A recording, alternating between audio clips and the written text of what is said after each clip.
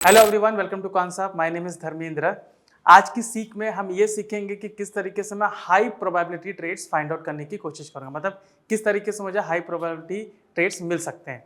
तो यहाँ पर हम कुछ टूल्स का यूज करेंगे जिसमें मैं देखूंगा कि जो हाई प्रोबेबिलिटी ट्रेड्स हैं वो किस तरीके से आ रहे हैं और किस पैरामीटर के तहत उसमें आ रहे हैं, और उसी पैरामीटर के तहत मैं उनको चुनूंगा और हम देखेंगे कि किस तरीके से उसमें मैं प्रॉफिटेबल रह सकता हूँ। और ये भी हम इसमें ये भी देखेंगे कि किस तरीके से स्टॉक सिलेक्शन हम करेंगे। ओके, तो चलिए डिस्कस करते हैं कि किस तरीके से मैं स्टॉक का सिलेक्शन करूंगा। ऑलराइट, अभी देखिए, जब भी हाई प्रोबेबिलिटी की ट्रेड की बात आती है, ठीक है, अगर मैं स्टॉक की बात करूं, हाई प्रोबेबिलिटी ट्रेड, ठीक है, हाई प्रोबेबिलिटी या फिर हाई, मैं कह सकता हूं कि वोलेटिलिटी, ठीक है, लेकिन प्रोबेबिलिटी की ओर ज़्यादा जाते हैं।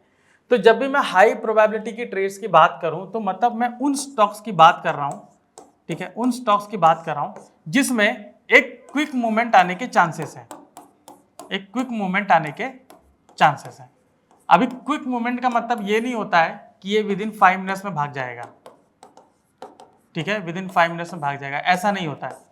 क्विक मूवमेंट जैसे देखो कि हम कोई भी ट्रेड लेते हैं, मान लीजिए कि मेरा कोई ट्रेड सेटअप बना है 10 बजे, ठीक है, 10 AM को मेरा कोई सेटअप बना है, ठीक है, मैं इससे कंपेयर करना चाह रहा हूँ। तो 10 बजे अगर मेरा कोई ट्रेड बना है, कई बार आप देखोगे कि उसमें जो मेरा टारगेट है वो 1 घंटे बाद 11:30 बजे आ रहा है, 12 बजे आ रहा है, 12:30 बजे आ रहा है, कई बार आप देखोगे कि काफ़ी टाइम ले लेता है, ठीक है।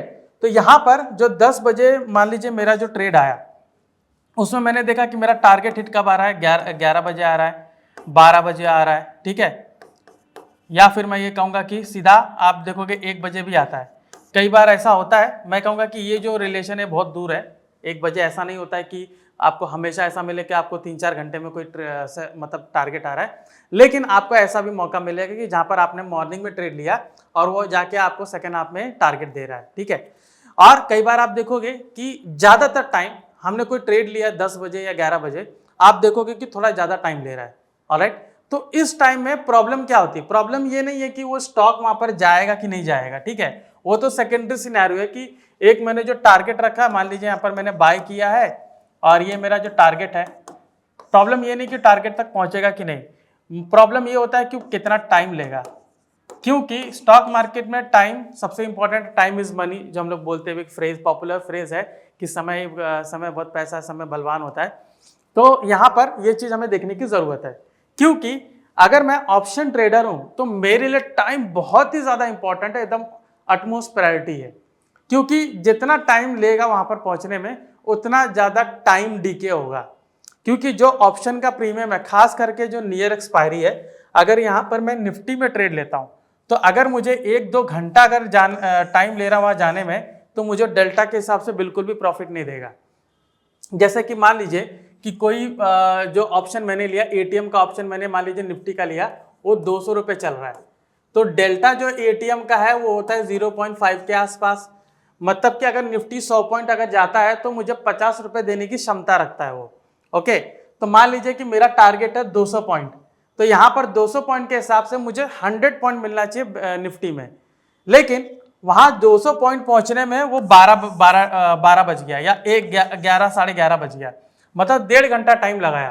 तो आप ये देखिए, वो मुझे 100 पॉइंट नहीं देगा, वो मुझे 90 दे सकता है, 80 दे सकता है, 70 भी दे सकता है। अगर आईवी उस समय गिरा हो, आईवी गिरा हो तो हो सकता है मुझे वो 60-70 ही दे, इससे ज्यादा ना दे या इससे भी कम दे। ऑलराइट, तो यहाँ पर टाइम काफी इंपॉर्टेंट होता है। अगर ज्यादा टाइम ले रहा है तो ये इस टाइम पे टाइम डीके की वजह से मुझे जितना प्रॉफिट होना चाहिए उतना प्रॉफिट मुझे यहाँ बिल्कुल भी नहीं मिलेगा। तो ये चीज हमें ध्यान में रखना है कि किसी भी पर्टिकुलर स्टॉक में अगर मैं ट्रेड ले रहा हूं तो मुझे कुछ टाइम के अंदर ही वो ट्रेड दे दे। अभी ऐसा स्टॉक हम कहाँ से चुनेंगे? तो हमारे पास 2-3 तरीके हैं। ऑलराइट, वो 2-3 तरीके से हम उस स्टॉक को चुनेंगे। अभी हम देखते हैं कि वो स्टॉक भागेगा क्यों। सबसे इंपॉर्टेंट रीजन देखते हैं वो भागेगा क्यों। हम सबको पता है कि हर एक स्टॉक जो होता है उसका बैकिंग होता है फ्यूचर एंड ऑप्शन डेटा, ठीक है, फ्यूचर डेटा और ऑप्शन डेटा। ओके, तो फ्यूचर डेटा होता है, ऑप्शन डेटा होता है, एक होता है आईवी। ऑलराइट, आईवी, यहां पर मैं वोलेटिलिटी लिख लेता हूं, वोलेटिलिटी। ओके, तो ये 3 पैरामीटर होते हैं जिसके हिसाब से ऑप्शन में मुझे तेजी से एक मूवमेंट देखने को मिलता है। तो यहां पर मैं फ्यूचर्स और ऑप्शंस डेटा को मैं देखता हूं, ठीक है। तो फ्यूचर्स डेटा क्या होता है, फ्यूचर बिल्टअप होता है, ऑलराइट। एंड ऑप्शंस डेटा में मैं देखूंगा राइटर्स पर्सपेक्टिव से। ओके, तो फ्यूचर बिल्टअप की जब मैं बात कर रहा हूं तो यहां पर फ्यूचर बिल्टअप में मैं टोटली ओवाई डेटा को देखूंगा और ऑप्शन डेटा में भी मैं ओवाई ऑप्शन डेटा को देख रहा हूं। तो पहले मैं ऑप्शन ओवाई में बात करता हूं। तो ऑप्शन ओवाई में देखिए कि हर एक लेवल पे राइटर्स होते हैं, राइट, हर एक लेवल पे राइटर्स होते हैं।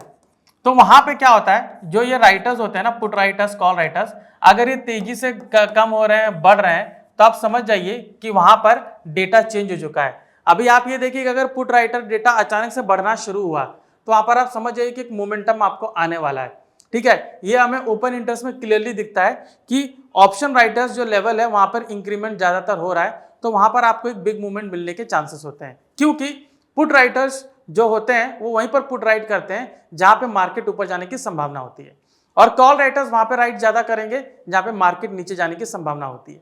तो हम क्या करेंगे, यहां पर कॉन्सेप्ट एप्लीकेशन में जाएंगे, ट्रैक में जाके ये जो ओपन इंटरेस्ट है मैं इसको क्लिक करूंगा, ठीक है। ओपन इंटरेस्ट में देखिए ये कॉल राइटर्स हैं, यहां पर पुट राइटर्स हैं, ठीक है।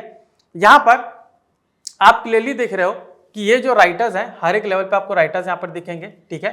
इसको जरा सा वाइड करते हैं, यहां पर देखिए, यहां पर आप ये एटीएम लेवल का राइटर्स है, ओके, यहां पर देख सकते हैं ये एटीएम लेवल के राइटर्स है। यहां देखिए आप देख रहे हो 1,45,00,000 कॉल राइटर है, 1,20,00,000 आप देख सकते हो ये पुट राइटर्स है।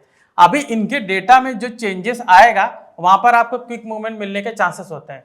मतलब आप मान लीजिए कि ये जो दोनों ऊपर लेवल है, ठीक है, आसपास, ज्यादा दूर नहीं देखना है, आसपास ही देखना है।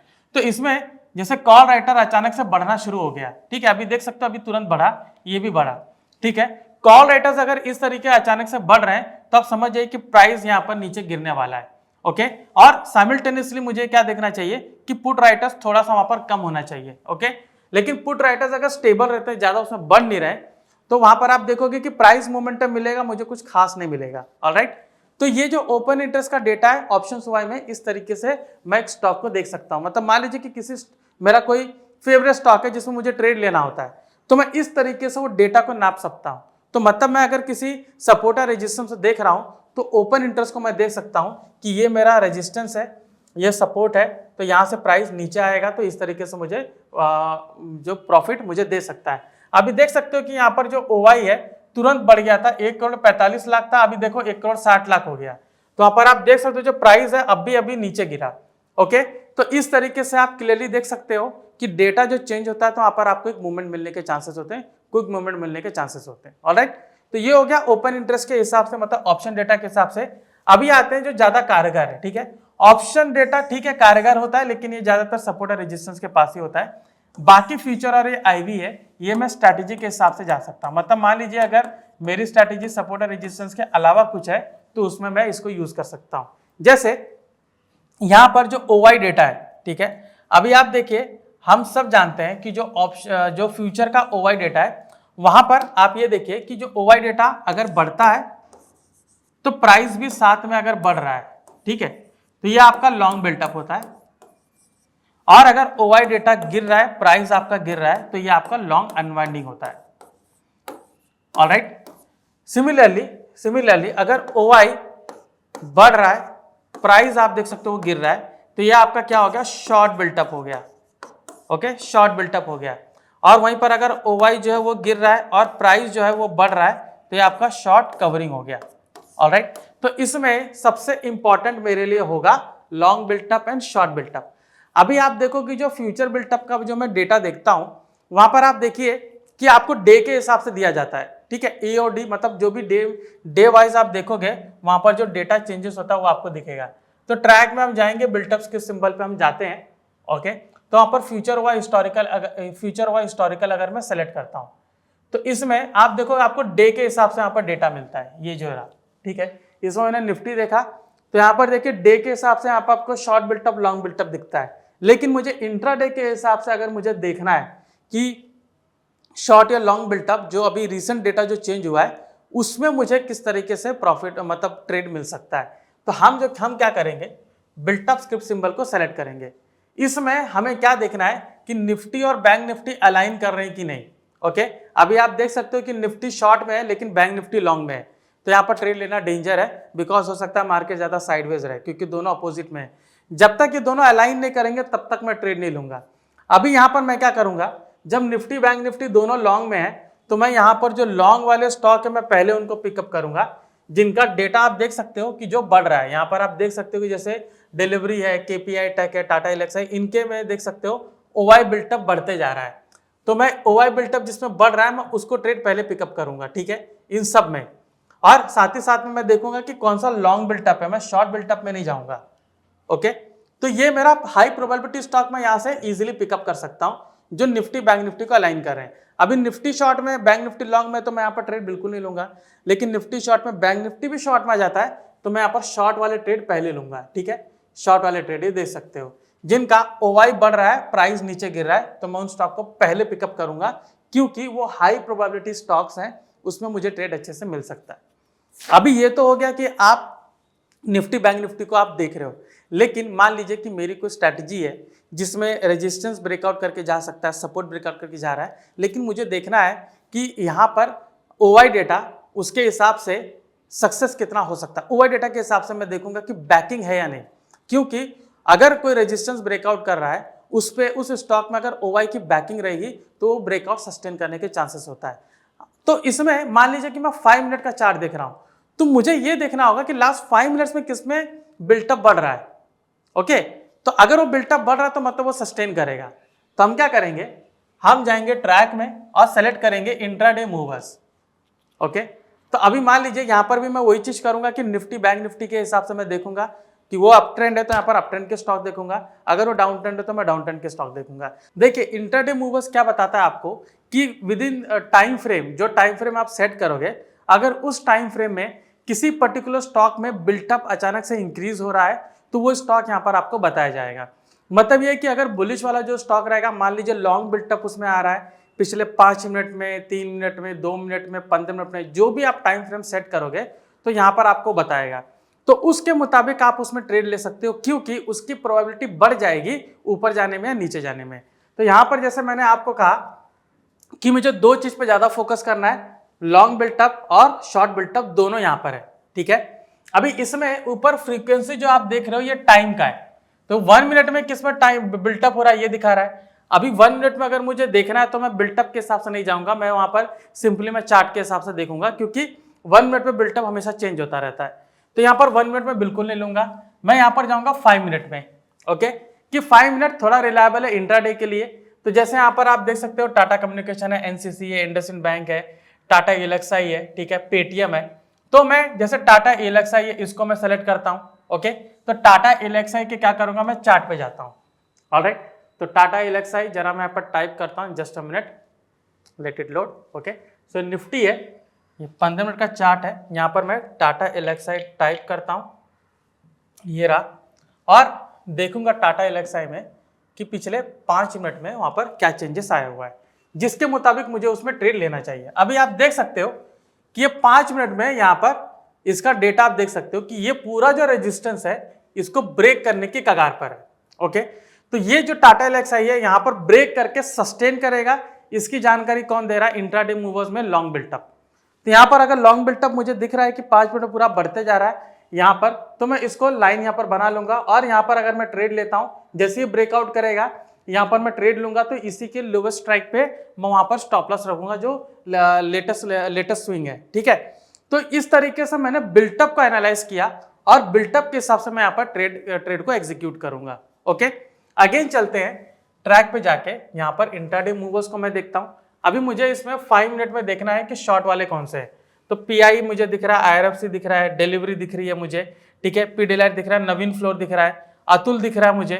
तो चलिए अतुल पर देखते हैं। ओके, सो अतुल एक बार मैं चेक करता हूं कि अतुल में कुछ चेंजेस है या नहीं। ओके, अतुल किधर जा रहा है ये मैं इसमें चेक करता हूं। तो अतुल, ओके, देखते हैं, ये देख सकते हो पूरा डाउन ट्रेंड है, ये कल के लो के नीचे यहां पर बना हुआ है, कल का जो कल का लो नहीं, कल का जो क्लोजिंग है उसके नीचे बना हुआ है और पूरी तरीके से डाउन ट्रेंड जा रहा है। 5 मिनट में देखते हैं, ये देखिए 5 मिनट में आप देख सकते हो ये पूरे लेवल पर आया हुआ है, ठीक है, ये देख सकते हो इसका लो ब्रेक किया है, यहाँ पे कल के क्लोजिंग पे कल का जो डे का लो था उसको ब्रेक किया और पूरे तरीके से यहाँ पर नीचे आया। तो कई लोग जो ट्रेड सेटअप बनाते हैं कि प्रीवियस डे का हाई ब्रेकआउट करा, लो ब्रेकआउट कर तो वहां पर ट्रेड लेता हूं, या फिर क्लोजिंग को मैं देखता हूं कि क्लोजिंग के नीचे हो रहा है तो वहां पर ट्रेड लेता हूं। कई लोगों का ऐसा सेटअप होता है, तो उसके मुताबिक मुझे यहाँ पर ट्रेड मेरा बना हुआ, मैं ट्रेड एग्जीक्यूट कर सकता हूं। लेकिन अगर मैं देख रहा हूं कि कोई मेरा सपोर्ट या रेजिस्टेंस है, या फिर मैं यहाँ पर देखूंगा कि कोई मैं वीवैप के हिसाब से ले रहा हूं तो वीवैप के नीचे है, तो आप देख सकते हो वीवैप के नीचे यहाँ पर जहाँ क्लोजिंग हुआ है इस पर्टिकुलर कैंडल पे मैं ट्रेड लूंगा, और आप देख सकते हो अभी भी पूरे तरीके से वो नीचे जा रहा है। तो जो वीवैप वाली स्ट्रैटेजी है वो उसके मुताबिक मेरा ट्रेड इसमें आया हुआ है, लेकिन मैं देखूंगा कि हाई प्रोबेबिलिटी है कि नहीं ये नीचे जाने के लिए, तो मैंने इंट्राडे मूवर्स का इस्तेमाल किया। ओके, तो इस तरीके से आप स्टॉक सिलेक्शन कर सकते हो। एक पॉपुलर टूल जो है ट्रिगर्स, ये तो सपोर्ट और रेजिस्टेंस डेटा के बेस पर देता है, तो इनकी भी बहुत हाई प्रोबेबिलिटी होती है। यहाँ पर आपको ये रेजिस्टेंस है ये साइड, और ये साइड आप देख सकते हो कि सपोर्ट है। जो भी लेवल ब्रेक होता है आप देखिए कि जो चेंज इन हुआ है वो नेगेटिव है कि नहीं। जिसका चेंज इन हुआ नेगेटिव है वो ब्रेकआउट सक्सेस होने के चांसेस ज्यादा है। तो इसको फिल्टर करने का बहुत सिंपल तरीका है, यहाँ पर आप चेंज इन वाई को ऐसा क्लिक करिए और देखिए कि चेंज इन वाई किसका और कहाँ पर आप ब्रेकआउट हो रहा है। तो ये देख सकते हो यहाँ ब्रेकआउट है LTTS, ठीक है, 5400 का लेवल है, 5428 चल रहा है, तो इसमें मेरा ट्रेड इसमें बन सकता है। आप ये देखिए कि ये जो चेंज इन हुआ ये नेगेटिव होना चाहिए, और यहाँ पे जो कॉल डिफरेंस है -1% के नीचे होना चाहिए, तो वो ब्रेकआउट हो चुका है, उसमें आप ट्रेड ले सकते हो। तो यहाँ पर मैंने आपको मल्टीपल टूल दिखाया, ठीक है, यहाँ पर मैंने आपको इंट्राडे मूवर दिखाया, बिल्टअप दिखाया, ट्रिगर्स दिखाया, जिसमें आपको हाई प्रोबेबिलिटी इंट्राडे ट्रेड्स मिल सकते हैं, जिसमें आप एक ट्रेड बना के अच्छा खासा प्रॉफिट बना सकते हो।